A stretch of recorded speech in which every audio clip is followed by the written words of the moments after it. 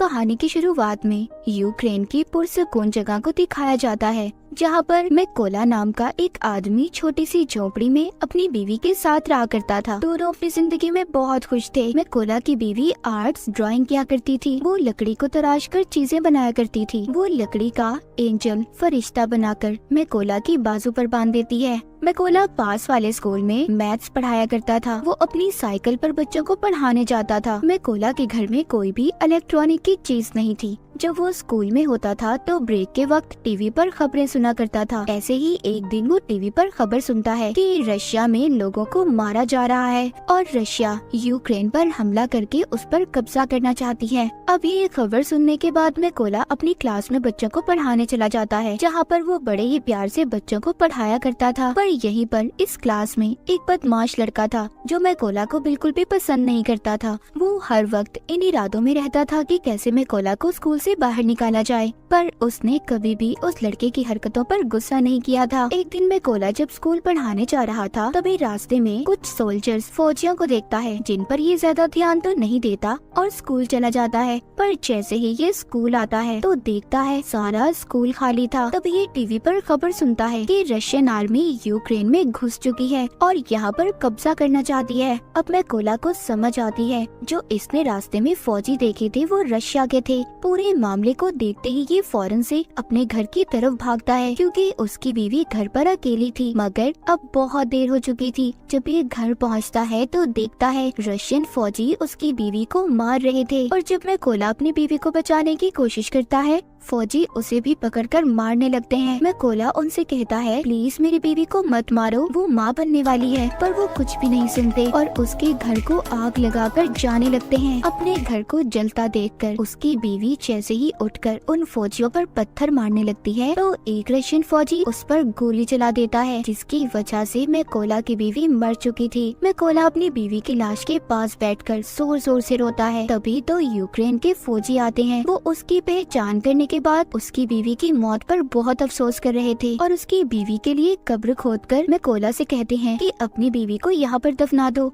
अब मैकोला अपनी बीवी को दफनाकर अपने घर को देख रहा था। रशियन फौजियों ने उसकी बीवी को भी मार दिया था और उसके घर को भी जला दिया था, इसीलिए अब वो बदले की आग में जल रहा था। वो रशियन फौज से बदला लेना चाहता था, इसीलिए अब वो यूक्रेन के फौजियों से कहता है कि प्लीज मुझे भी आर्मी में शामिल कर ले, मैं भी फौजी बनना चाहता हूँ। ये सुनकर वो फौजी मैकोला को अपने साथ ले गए थे, पर जाने से पहले मैकोला अपने पास लकड़ी का एंजल रख लेता है जो उसकी बीवी ने उसकी हिफाजत के लिए बनाया था। जब ये बेस पर आता है तो यहाँ के कमांडर इसको आर्मी में शामिल नहीं करते, कहते हैं कि क्या पता ये कोई जासूस भी हो सकता है। पर मैकोला कमांडर को बताता है कि रशिया की फौज ने मेरी आंखों के सामने मेरे घर को जला दिया और मेरी बीवी को भी मार दिया, इसीलिए मेरे पास जीने की अब कोई वजह नहीं है। मैं रशिया की फौज को मार कर ही सुकून का सांस लूंगा। मैं अपने मुल्क को बचाऊंगा ताकि रशिया की फौज यहाँ पर किसी और के घर को ना उजाड़े। ये सुनकर कमांडर मैकोला को आर्मी में शामिल करने के लिए तैयार हो गया था। उसकी ट्रेनिंग अब शुरू हो जाती है। मैकोला को बंदूक के बारे में कुछ भी नहीं पता था। जब सभी फौजी बंदूक को असेंबल कर रहे थे, उनके हिस्सों को जोड़ रहे थे,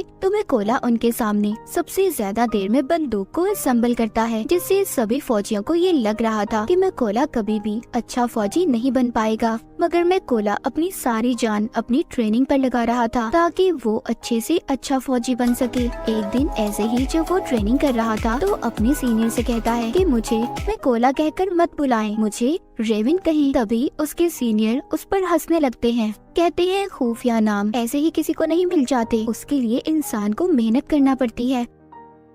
अब मैकोला पूरी जान से ट्रेनिंग कर रहा था। रात को जब सभी सिपाही सो रहे होते थे तो तब भी मैकोला अपनी प्रैक्टिस करता रहता था। एक दिन उनका कमांडर सबसे कहता है कि हमारे पास स्नाइपर निशानेबाज की कमी है, कौन है जो तुम में से स्नाइपर बनना चाहता है? इनमें से बहुत कम लोग थे जो अपना हाथ ऊपर करते हैं। इन्हीं में से मैकोला भी था जो अपना हाथ ऊपर करता है। सभी उसे देखकर हंस रहे थे। कमांडर उसे कहता है, तुम्हें तो बंदूक भी सही तरह से असेंबल नहीं करने आती, तो तुम क्या स्नाइपर बनोगे? मैकोला कहता है, मैं एक अच्छा स्नाइपर बन सकता हूँ, आप मेरा कोई भी टेस्ट ले सकते हो। कमांडर उसको टेस्ट लेते हुए कहता है कि तुम्हें सिर्फ 20 सेकंड में इस बंदूक को असेंबल करना होगा। अब मैकोला अपनी आंखों पर पट्टी बांधकर बंदूक को जोड़ना शुरू करता है और सिर्फ 18 सेकंड में उसने बंदूक को असेंबल कर दिया था। ये देखकर सभी हैरान हो गए थे। जो लोग पहले इस पर हंस रहे थे वो अब इसके लिए तालियां बजा रहे थे। इसके बाद मैकोला की स्नाइपर की ट्रेनिंग शुरू हो गई थी। वो जी जान लगाकर स्नाइपर की ट्रेनिंग कर रहा था। वो दिन भी आ गया था जब सभी स्नाइपर्स को उनकी बंदूकें दी जाती हैं। जहाँ पर सबको अच्छे मॉडल की बंदूकें दी गई थी, वहीं पर मैकोला को पुरानी बंदूक दी जाती है जो सही से काम भी नहीं करती थी। जब मैकोला अपने सीनियर से कहता है कि सर मुझे भी नई बंदूक चाहिए, तो उसका सीनियर उसे गुस्से से जवाब देता है। कहता है कि पहले तुम्हें खुद को साबित करना होगा कि तुम एक अच्छे स्नाइपर हो, तभी तुम्हें बंदूक दी जाएगी। अब सबकी ट्रेनिंग शुरू हो गई थी। इनका सीनियर सबसे कहता है, जब तुम अपना निशाना लगा रहे होगे तो तुम्हें चाहे कोई भी परेशानी आ जाए, तुम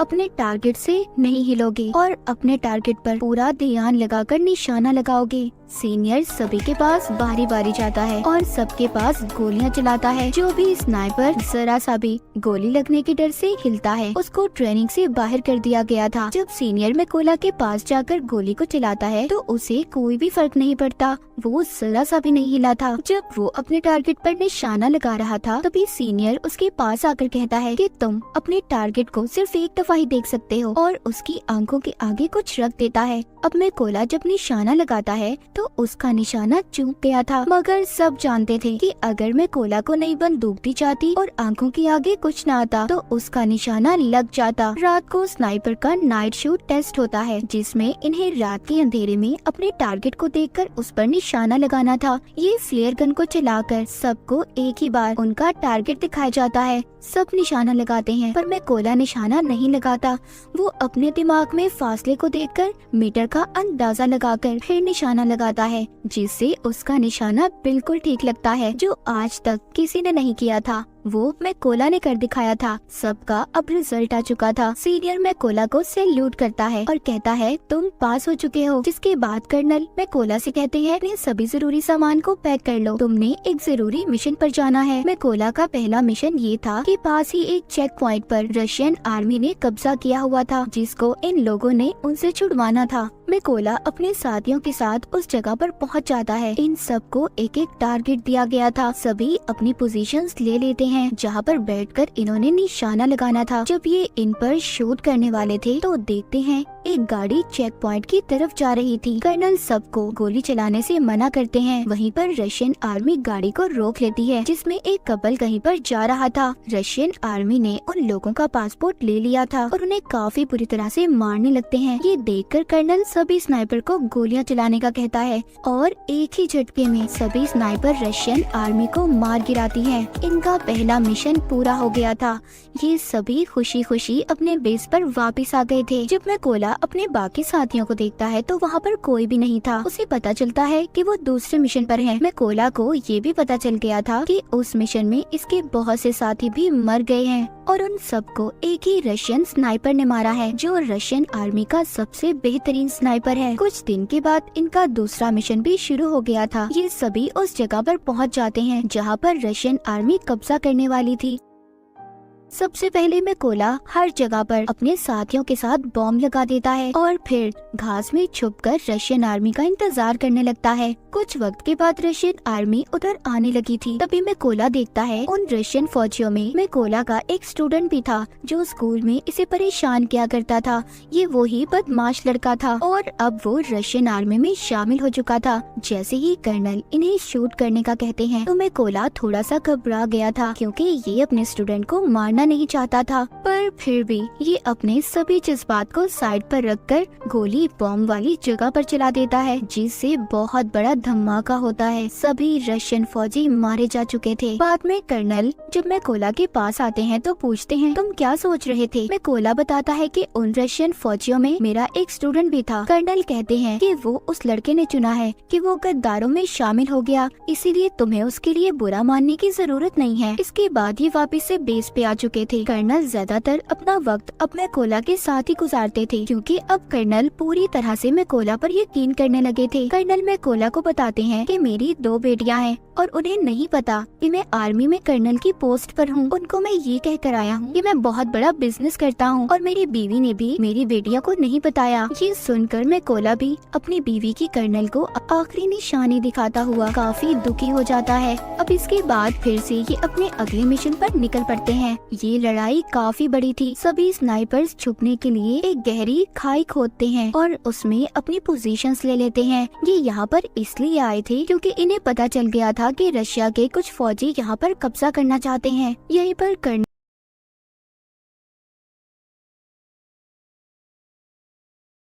साथ थे। तभी यहाँ पर मैकोला देखता है उनमें वो फौजी भी था जिसने इसकी बीवी पर गोली चलाई थी। वो मैकोला के बिल्कुल निशाने पर था। कर्नल से पूछता है क्या मैं इस पर गोली चला सकता हूँ? कर्नल कहता है नहीं। मैकोला फिर पूछता है क्या मैं इस पर गोली चला सकता हूँ, क्योंकि वो अपनी बीवी का बदला लेना चाहता था। मैकोला का तो मिशन ही यही था कि वो अपनी बीवी का बदला लेना चाहता था। वो खुद पर कंट्रोल नहीं कर पाता और उस फौजी पर गोली चला देता है। पर इसके बाद रशियन आर्मी को इनका पता चल चुका था। कर्नल मैकोला से कहते हैं ये तुमने क्या किया? तभी एक स्नाइपर कर्नल पर शूट करके उसे भी मार देता है। सब रशियन फौजी इन पर बॉम्ब फेंकने लगते हैं। मैकोला कर्नल की लाश को बेस पर ले आया था, पर बहुत ज्यादा दुखी था क्योंकि उसकी गलती की वजह से कर्नल मारा जा चुका था। मैकोला ने अब ये कसम भी खाई थी कि वो उस स्नाइपर को कहीं से भी ढूंढ कर लाएगा और कर्नल की मौत का बदला लेगा। इसलिए वो अगले मिशन के लिए अकेला ही निकल गया था। उसको उस स्नाइपर की जगह के बारे में भी पता चल जाता है। वो अब अपने टारगेट को फिक्स करके एक स्नाइपर को मार गिराता है, पर वहाँ पर एक स्नाइपर मैकोला पर गोली चला देता है जो उसको लगती तो नहीं, पर वो जख्मी हो गया था। लेकिन स्नाइपर को भी मैकोला ने मार दिया था। अब क्योंकि वो जख्मी था इसलिए खुफिया जगह पर जाकर अपने जख्म के ठीक होने का इंतजार करने लगता है। तभी उसे अपने हेड की कॉल आती है जो बताते हैं कि हमें उस स्नाइपर का पता चल चुका है जिसने कर्नल को मारा था। तुम जल्दी से बेस पर आ जाओ। मैकोला अब बेस पर आ चुका था। जब इनकी ट्रेनिंग शुरू होती है तो इन्हें बताया जाता है कि वो स्नाइपर बहुत ही खतरनाक है। उसका निशाना आज तक गलत नहीं लगा। हेड यहाँ पर ये भी बताते हैं कि वो पहले यूक्रेन के फौजियों को मारता है, फिर उनकी वीडियोस बनाकर इंटरनेट पर डालता है ताकि यूक्रेन आर्मी हार मान ले। हेड बताते हैं कि हम 2 ग्रुप्स में जाएंगे। बिल्डिंग के अंदर वो स्नाइपर है, हम वहाँ पर जाकर उन पर हमला करेंगे। तभी मौके का फायदा उठाकर मैकोला उस स्नाइपर को मार देगा। प्लान बन जाने के बाद ये सब लोग ऐसा ही करते हैं। सभी उस जगह पर जाकर अपनी अपनी पोजीशंस ले लेते हैं और ये रशियन का ध्यान भटकाने में कामयाब हो जाते हैं। और मैकोला इसी बात का फायदा उठाकर अंदर जाकर रशियन स्नाइपर को मार देता है। मैकोला अपने साथियों से कहता है कि मेरा रास्ता साफ कर दो। ये सुनकर सभी मैकोला के साथी रशियन आर्मी पर गोलियां चलाकर उन्हें मार देते हैं। अब अंदर जो स्नाइपर छुपकर बैठा था जिसको मैकोला मारने आया था, वो सोचता है कि कोई भी फौजी उसकी बात का जवाब नहीं दे रहा। जब ये ऊपर छत पर चेक करने जाता है तो वहाँ पर जो रशियन स्नाइपर था वो मर चुका था। ये देखकर वो वापस से अपने पोजीशन पर आ जाता है। जब वो सामने मैकोला की बीवी का बनाया हुआ एंजल देखता है तभी मैकोला ऊपर से छलांग लगाकर उस स्नाइपर को मार देता है। जब दूसरे स्नाइपर को थोड़ी आवाज आती है तभी मैकोला उसके पास भी एक बॉम्ब फेंकता है और उस स्नाइपर का काम भी तमाम हो चुका था।